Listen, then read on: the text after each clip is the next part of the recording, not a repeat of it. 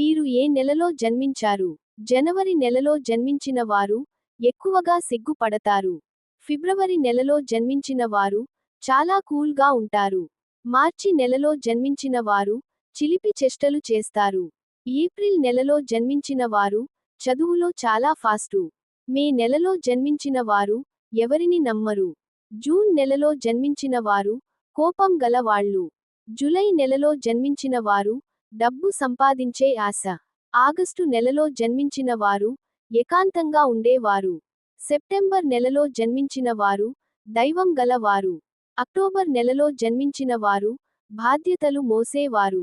November నెలలో జన్మించిన వారు కొంచెం బద్ధకం వారు.